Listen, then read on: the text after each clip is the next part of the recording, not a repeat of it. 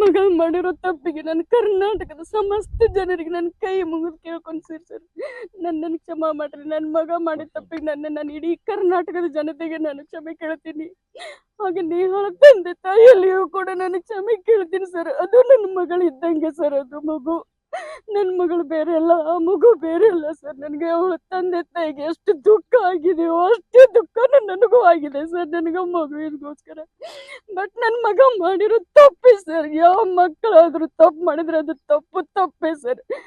ಈ ನೆಲದ ಕಾನೂನು ಏನ್ ಹೇಳುತ್ತೋ ಆ ಒಂದು ಕಾನೂನಿನ ಪ್ರಕಾರ ಅವನಿಗೆ, ನನ್ನ ಮಗನಿಗೆ ಮಾಡಿದ ತಪ್ಪಿಗೆ ಅವ್ನಿಗೆ ಏನ್ ಶಿಕ್ಷೆ ಆಗ್ಬೇಕು ಶಿಕ್ಷೆ ಆಗ್ಲಿ ಸರ್. ಅವನಿಗೆ ಅವ್ರೊಬ್ರು ಬಹಳ ಪ್ರೀತಿಸ್ತಿದ್ರು ಸರ್. ಅವರು ನನಗೆ 1 ಇಯರ್ ಬ್ಯಾಕ್ ಗೊತ್ತಿತ್ತು ಸರ್. ಅದು ಹೆಂಗೆ ಅಂತಂದ್ರೆ ಅವನು ಯೂನಿವರ್ಸಿಟಿ ಬ್ಲೂ ಆದ ಸರ್.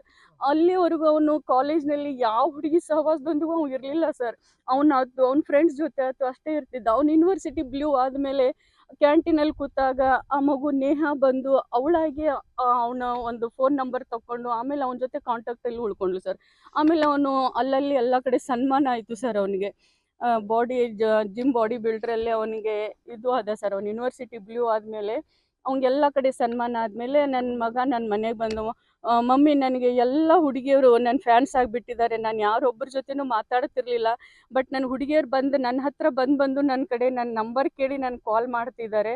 ಅದರಲ್ಲಿ ನೇಹಾ ಅನ್ನೋ ಹುಡುಗಿ ನನ್ನ ತುಂಬ ಹಚ್ಕೊಂಡ್ಬಿಟ್ಟಿದ್ದಾಳೆ. ನನ್ನ ಭಾಳ ಲೈಕ್ ಮಾಡ್ತಾಳೆ ಮಮ್ಮಿ, ಅವಳು ನನ್ನ ಲವ್ ಮಾಡ್ತಾಳೆ ಅನ್ನ. ಬೇಡಪ್ಪ, ಬೇಡ ಲವ್ ಅದು ಏನು ಬೇಡಪ್ಪ. ನೀನು ಕಲಿತಾ ಇದ್ದೀಯಾ, ನೀನು ಜಾನ ಇದೆಯಾ, ಒಳ್ಳೆ ಒಂದು IAS ಕೋರ್ಸ್ ನಾನು ಕಲಿಸ್ಬೇಕು ಅವನಿಗೆ ಅನ್ನೋ ಆಸೆ ಇತ್ತು ಸರ್. ಅವ್ನು ಭಾಳ ಬ್ರಿಲಿಯಂಟ್ ಇದ್ದ. ಬಟ್ ಅವನು ಒಂದು ಜಾಣತನಕ್ಕೆ ಅವನು ಪ್ರತಿ ವರ್ಷ ಅವನು LKG UKG ಹಿಡಿದು ಅವನು 90 ಅಬೌವ್ ರಿಸಲ್ಟ್ ಸರ್. ಅವನು 90 ಅಬೌವ್ ರಿಸಲ್ಟು. ಅವನು ಬ್ರಿಲಿಯಂಟ್ ಇದ್ದಿದ್ದಕ್ಕೆ ಅವನಿಗೆ ನಾನು IAS ಆಫೀಸರ್ ಮಾಡಬೇಕು ಅನ್ನುವಂಥ ಕನಸು ಕಂಡಿದ್ದೆ. ಬಟ್ ಈ ಲವ್ ಫೀಲ್ಡಲ್ಲಿ ಬಿದ್ದು ಅವ್ನು ಸ್ವಲ್ಪ ಎಜುಕೇಷನಲ್ಲಿ ಹಿಂದೆ ಬಿದ್ದ ಸರ್. ಅವನು ನೇಹಾ ಹುಡುಗಿ ಸರ್. ಅವರೇ ಇಲ್ಲ ಸರ್, ಲವ್ ಇತ್ತು ಅವರಲ್ಲಿ, ಇಬ್ಬರಲ್ಲಿಯೂ ಲವ್ ಇತ್ತು ಸರ್. 1 ಸೈಡ್ ಲವ್ ಅಂತೂ ಅಲ್ವೇ ಅಲ್ಲ ಸರ್. ಅವನಾಗೆ ಯಾವ ಹುಡುಗಿ ಜೊತೆನೂ ಅವನಾಗೆ ಮಾತಾಡ್ತಿರ್ಲಿಲ್ಲ ಸರ್. ಆ ಹುಡುಗಿನೇ ಬಂದು ಮಾತಾಡ್ತಿದ್ರು. ಬಟ್ ಆ ಹುಡುಗಿನೂ ತುಂಬಾ ಒಳ್ಳೆ ಹುಡುಗಿನೇ ಸರ್. ಅವರು ಪಾಪ ಅವರಿಬ್ರು ಮದುವೆ ಆಗ್ತೀನಿ ಅಂತಂದಿದ್ರು ಸರ್. ಈಗ ಏನು ಅಂತೀರಿ ಮುಂದೀಗ ಹಿಂಗಾತಲ್ಲ ಎಲ್ಲ ಘಟನೆ, ಏನು ಮಾಡೋದು? ಶಿಕ್ಷೆ ಆಗ್ಬೇಕಂತ ಬೇಡ? ಶಿಕ್ಷೆ ಆಗ್ಬೇಕು ಸರ್ ಅವ್ನಿಗೆ.